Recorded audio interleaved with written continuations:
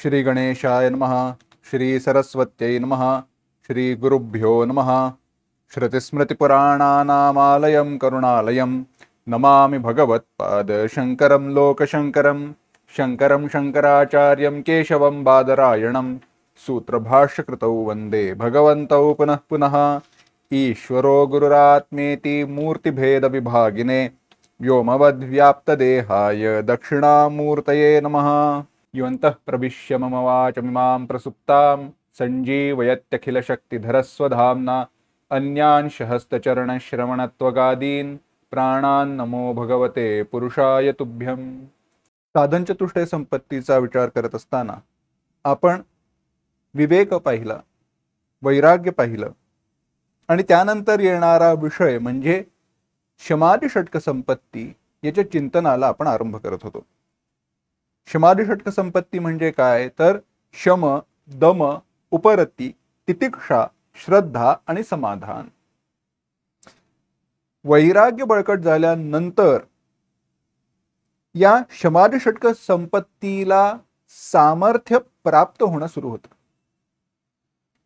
त्याच्यामध्ये परस्पर संबंध कसा आहे या सगळ्याचा विचार आपल्याला एकत्रित शमाधी षटक संपत्ती या प्रकरणाच्या शेवटी करायचा। पण शमाधी षटक संपत्तीचा विचार करत असताना शम, दम, उपरती, तितिक्षा, श्रद्धा, समाधान यांचं परिगणन जरी स्वतंत्रपणे केलेलं असलं तरी एकाच मनाच्या त्या भिन्न भिन्न शाखा आहेत आणि मनाच्या निग्रहाचा तो एक भाग आहे। संपूर्ण मनाचा जर विचार केला तर मनाची जी वेगवेगळी अंग उपांग आहेत, मनाच्या ज्या वेगळ्या क्रिया आहेत, कार्य आहेत, त्याच्या सापेक्षतेने या सगळ्याचा आपल्याला विचार करावा लागतो। शम म्हणजे हे, दम म्हणजे हे, असा शम असल्यावरती असा दम होतो, असं आपल्याला वेगळं परस्परांहून भिन्न सांगता येत नाही। ते अत्यंत परस्परावलंबी आहेत, सहा एकच आहेत परंतु वेगळे वेगळे सांगावे लागतात। त्यातील शम म्हणजे काय ते आता आपण पाहणार आहोत। शम म्हणजे काय तर अगदी दोन शब्दात सांगायचं झालं तर मनाचा निग्रह। पण त्याच्यावरती समाधान होत नाही कारण अनेक प्रश्न उपस्थित होतात, म्हणून त्याच्यासाठी व्याख्या केली गेली। दोन व्याख्या आपण पाहणार आहोत। एक वेदांत सारामध्ये केली गेलेली व्याख्या आणि एक आचार्यांनी विवेक चूडामणीमध्ये केलेली व्याख्या। शमः कः मनोनिग्रहः हे तत्वबोधामध्ये सांगितलं गेलं। शमः कः मनोनिग्रहः हे तत्वबोधामध्ये सांगितलं गेलं कारण तो एक प्रवेशाचा भाग आहे म्हणून। पण मनाचा निग्रह म्हणजे करायचं काय तर त्याच्यावरती आचार्यांनी विवेक चूडामणीमध्ये उत्तर दिलं। विरज्य विषयव्राता दोषदृष्ट्या मुहुर्मुहुः स्वलक्ष्ये नियतावस्था मनसः शम उच्यते। मनसः स्वलक्ष्ये नियता अवस्था, पण मन आपल्या लक्ष्याच्या ठिकाणी, आपल्या ध्येयाच्या ठिकाणी नियतपणे स्थिर झालेला आहे, ही जी मनाची अवस्था आहे। पण कसं झालं, विषयव्रातात मुहुः दोषदृष्ट्या विरज्य, विषयाच्या ओघापासून त्याच्यामध्ये दोष पुन्हा पुन्हा पाहून म्हणजेच वैराग्याने विरज्य विरक्त होऊन आता ते ध्येयाच्या ठिकाणी एक झालेला आहे, स्थिर झालेला आहे, अशी जी मनाची अवस्था त्याला शम असं म्हणतात। पण ध्येयाच्या ठिकाणी एक करायचं म्हणजे काय तर त्याच्यासाठी वेदांत सारामध्ये सदानंद यतींनी थोडं सोपं करून सांगितलं। म्हणालेत विषयांपासून मन परावृत्त करायचंय, म्हणजेच मनाच्या ज्या वृत्ती आहेत त्या आवृत्त करायच्यात। पण कशा तर श्रवणादि व्यतिरिक्त विषयेभ्यः मनसः निग्रहः। आता लक्ष देऊ नये का, शम म्हणजे काय तर श्रवणादी व्यतिरिक्त इतर विषयांपासून मनाचा केलेला निग्रह याला शम म्हणतात. मागे वैराग्यादिकांचा विचार करत असताना आपण बरेचदा वृत्ती, विचारधारा, विचार हे शब्द ऐकले. म्हणजे काय आणि त्याच्या सापेक्षतेने शम म्हणजे काय ते आता पाहूया. आता हा टेक्निकल अनालिसिस, हे चर्वित चरवण, हा काय बरं म्हणतो फापट पसारा, उगाच असं जरी वाटत असलं तरी ते आवश्यक आहे, कारण प्रश्न पडल्यावरती हेच चिंतन आपल्याला सहाय्यभूत होतं. ज्या वेळेला अंतर्मुख होऊन आपण विचार करत असतो, माझ्या साधनेची अवस्था काय आहे हे पाहत असतो, त्यावेळेला एका गोष्टीकडे लक्ष द्या, त्याचं निरीक्षण करा. ज्या वेळेला विषयाचं चिंतन होत आहे, लक्षात घ्या, ज्या वेळेला विषयाचं चिंतन होत आहे आणि तो विषय अनुभवास येत नाहीये की तो समोर उपलब्ध नाहीये, त्यावेळेला त्या विषयाच्या प्राप्तीची अंतःकरणात निर्माण झालेली इच्छा ही वृत्तीरूप असते. म्हणजेच एक काहीतरी विचार अंतःकरणात निर्माण होतो, स्पष्टपणे प्रकट होतो. शांतपणे बसलेलो असताना काहीतरी आठवतं किंवा कोणाशी तरी बोलत असताना, त्याच्याबरोबर एखाद्या ठिकाणी फिरायला गेलो असताना तिथे कसा छान चहा प्यायलो, त्याच्याकडे भजी कशी होती हे आठवतं आणि अंतःकरणामध्ये भजी खावी असा विचार निर्माण होतो. हा निर्माण झालेला विचार म्हणजे त्या विषयाच्या सापेक्ष निर्माण झालेली वृत्ती आहे. विषयाच्या प्राप्तीची निर्माण झालेली, विषयाच्या प्राप्तीची वृत्ती आहे जी अंतःकरणात निर्माण झाली आहे. आता त्या वृत्तीच्या सापेक्ष हा विषय मला हवा, याचा मला अनुभव करायचा आहे, या वृत्तीच्या सापेक्ष अंतःकरणात पुढे कोणती वृत्ती निर्माण झाली आहे त्याचा विचार करा. अरे भजी करायची, संध्याकाळच्याला करूया. काय आहेत? कोबी आहे, कांदा आहे, बटाटा आहे, टोमॅटोची भजी करत नाहीत, केळ्याची करतात, फ्लॉवरची करतात. जे काही भाज्या असतील, भोपळी मिरची असेल, काय ते आपलं सुरण असेल, गाजर असेल, बटाटा असेल, सगळ्याचा विचार करा. त्या भाज्यांचा विचार केला जातो. मग डाळीचं पीठ आहे का, मुगाचं पीठ आहे का, त्याच्यावरती मोहन घालायला काय आहे का, संपलं. आता पहिली निर्माण झालेली वृत्ती काय होती?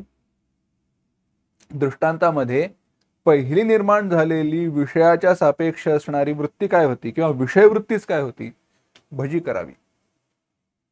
मग त्याच्या सापेक्ष निर्माण झालेल्या वृत्तींनी मनाला चाळा निर्माण केला.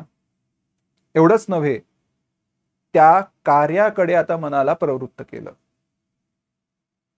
मनाने अंतःकरणामध्ये एक संकल्प निर्माण केला, मग त्या संकल्पाच्या सापेक्ष कर्म निर्माण झालं. ते कर्म आपण केलं की कर्माचं फळ मिळतं, फळाचे संस्कार निर्माण होतात, संस्कारातून पुन्हा वासना निर्माण होतात, चक्र पुढे चालू. आता या सगळ्याला आळा घालायचा असेल तर सुरुवात कुठे करावी लागते? पहिल्या वृत्तीच्या ठिकाणीच. पण पहिला प्रश्न आहे तो का आळा घालायचा? त्याचं उत्तर सदानंद येतींनी दिलं. ते म्हणतात, श्रवणादि व्यतिरिक्त विषयेभ्यः मनसः निग्रहः. श्रवणादि व्यतिरिक्त, आचार्यांनी जे म्हटलं, आपल्या साध्याच्या ठिकाणी मनाला नियतपणे स्थिर करणं, एक करणं, त्याला दुसऱ्या शब्दामध्ये वेदांत सारामध्ये म्हटलं श्रवणादि व्यतिरिक्त विषयभ्य. त्यामुळे माझा एकच विषय असला पाहिजे, वेदांताचं श्रवण. कारण अंतःकरणात त्या विषयाची वृत्ती निर्माण झाली, त्या अंतःकरणात ती विषयाची वृत्ती निर्माण झाली की मग ती वृत्ती पुढील वृत्तींना जन्म देते आणि मग त्या वृत्ती मला कर्माकडे प्रवृत्त करतात. मग कर्माकडे प्रवृत्त झालो की श्रवण व्हायचं कसं? हा, याच्यावरती आपण कारण उगाच काढू. दिवसभर कोण श्रवण करतं का?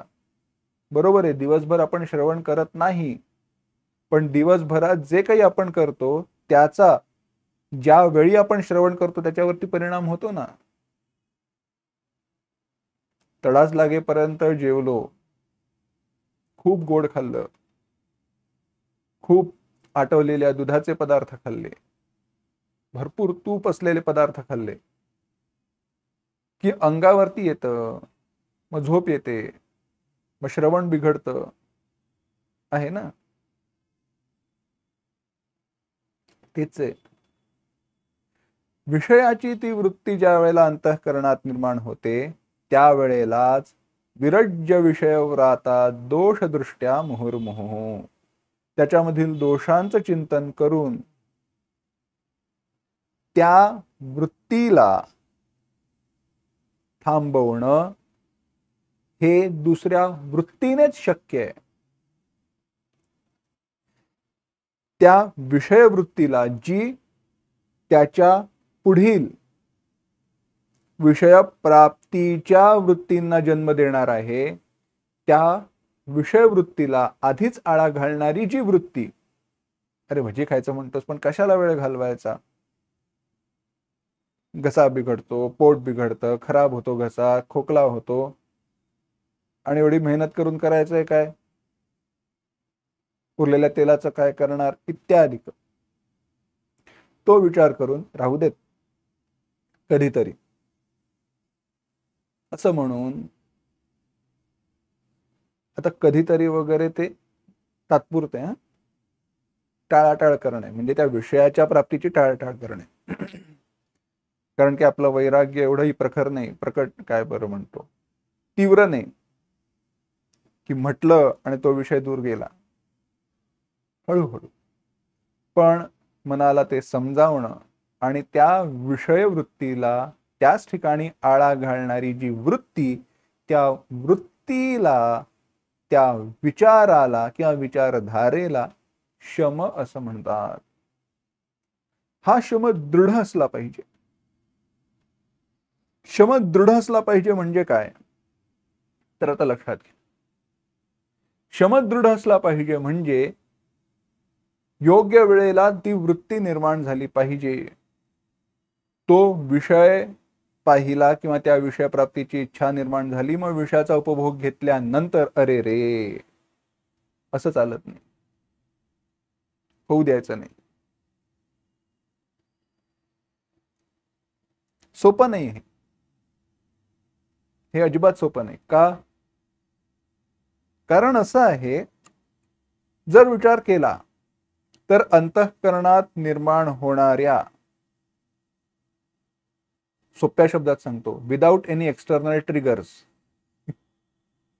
म्हणजेच बाह्य कोणत्याही इंद्रियांच्या विषयांच्या निरपेक्ष, बाहेरच्या कोणत्याही संवेदना, बाहेरचे कोणतेही स्रोत उपलब्ध नसताना अंतःकरणात विषयाच्या प्राप्तीची निर्माण झालेली इच्छा ही प्रारब्धाने निर्माण केलेली असते. हा, बाहेर पाऊस पडायला लागलाय किंवा तशी संध्याकाळची छान वेळ आहे म्हणून कांदे पोहे खायची, भजी खायची, काही म्हणा, वडे खायची, चमचमीत मिसळ खायची, काही इच्छा निर्माण होते. खाण्याची मी उदाहरण का देतोय, कारण ते सगळ्यात जिव्हाळ्याचे आहेत म्हणून. बाकी विषयात प्रत्येकाच्या बाबतीत आवडी निवडी असू शकतात, पण याच्या बाबतीत एकवाक्यता सहज आहे म्हणून. उदाहरण पटकन लोकांना तुम्हाला पटकन लक्षात यावीत, मलाही पटकन पटावीत म्हणून, बाकी काही नाही. तात्पर्य हे काहीतरी कारण होतं आणि काय झालं असं वाटत नाही, पण विषयाची इच्छा निर्माण झाली ना, मग ते प्रारब्धामुळे. पण ते प्रारब्ध आपल्या पूर्वीच्या पुरुषार्थाचा परिणाम असल्यामुळे ते आपल्याला बदलता येऊ शकतं, त्याच्यावरती नियंत्रण आणता येऊ शकतं. तो काही विषय प्राप्त झालेला नाही, विषयाच्या प्राप्तीची अंतःकरणात इच्छाच आहे ना, त्याच्यावरती नियंत्रण करता येतं. पण त्याच्यासाठी काय असावं लागतं, विचार, ते विवेकजनित वैराग्य असावं लागतं, ज्याच्यामुळे हा शम दृढ होतो. पण हा शम पुरेसा नाहीये, दम देखील असावा लागतो. मग तो दम म्हणजे काय ते पाहायचंय, पण ते पुढील भागामध्ये पाहू. ओम असतो मा सद्गमय तमसो मा ज्योतिर्गमय मृत्योर्मा अमृतंगमय. ओम शांती शांती शांती. हरि ओम. श्री गुरुभ्यो नमः. हरि ओम.